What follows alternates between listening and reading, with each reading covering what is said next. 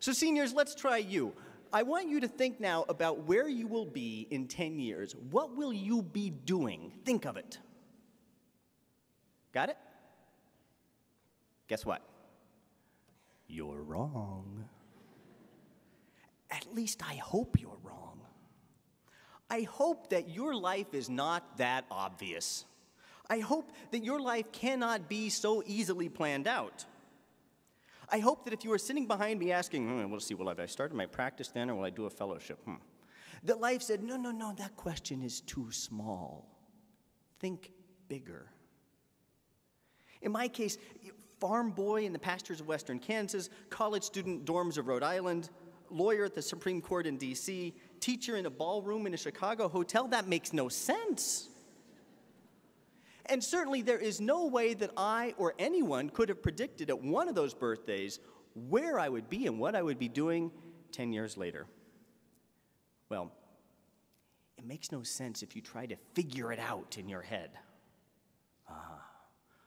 But if you think bigger, you see, one night I'm driving from Chicago to South Bend, and I realized in a very short span of time that I would never be happy, deep down in my bones happy, if I continued being a lawyer as I was. Well, what was that? Was that listening to my heart? Or was it the working of the Spirit of God? Or was it that I was watching the constellation Orion for a couple of hours as I drove? Or was it that I had a rare moment of quiet, of solitude, and an opportunity to reflect? Well, the answer to that question, of course, is yes. But the answer is not that it was about figuring out something in my head. It was not about following a plan that I had set down several years before. Now, certainly, seniors, we have taught you to plan. We've taught you to use your head. We've taught you to come up with a schedule to meet your deadlines. We've taught you to get an early start on your weekly web-assigned physics homework. But we also taught you, and you taught yourselves, to think bigger. Did you notice that? Did you notice that's what we were doing?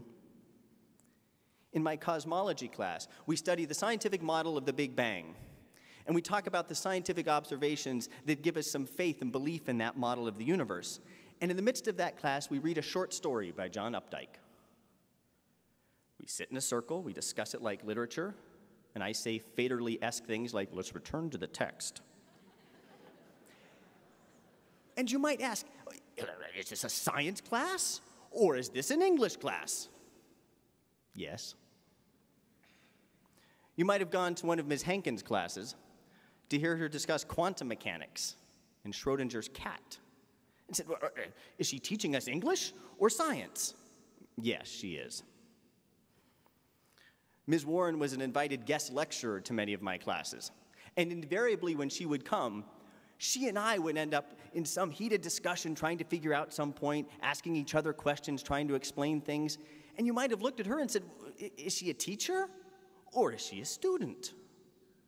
Yes. And you, of course, have taught each other. Elizabeth Schenck was one of my star physics students. I also watched her last year score the game-winning goal in the state soccer championship.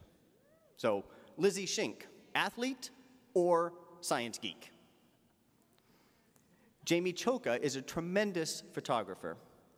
His work was displayed in Gallery 2 earlier this year and was part of an assembly in the upper school.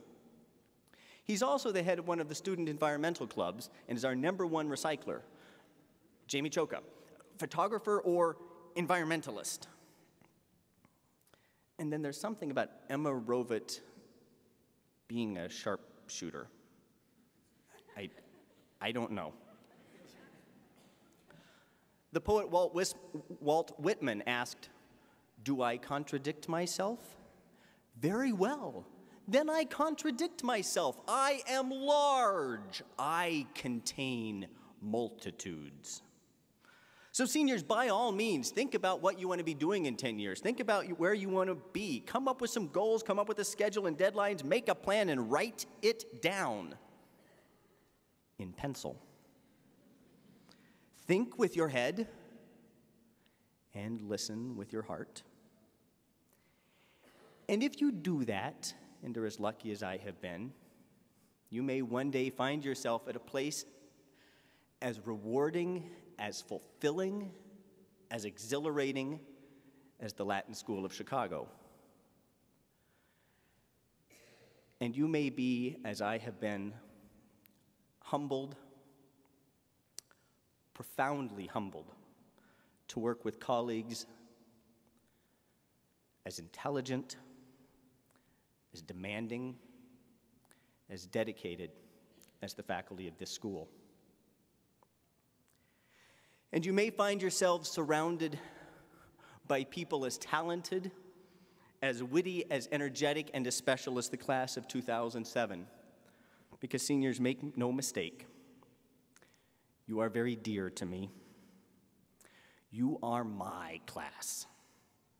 As Mr. Chronister pointed out, you and I entered the upper school together 4 years ago.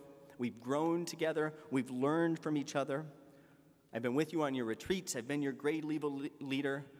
I have taught 85 of the 104 of you. You sang happy birthday to me at prom.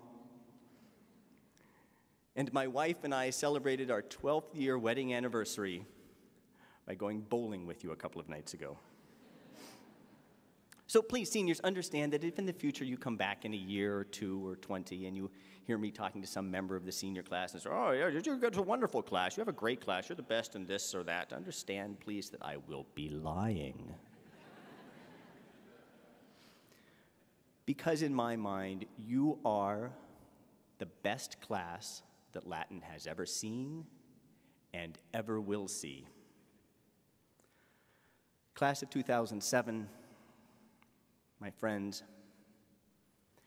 ask no small questions. Accept no small answers. For you are large. You contain multitudes. Goodbye.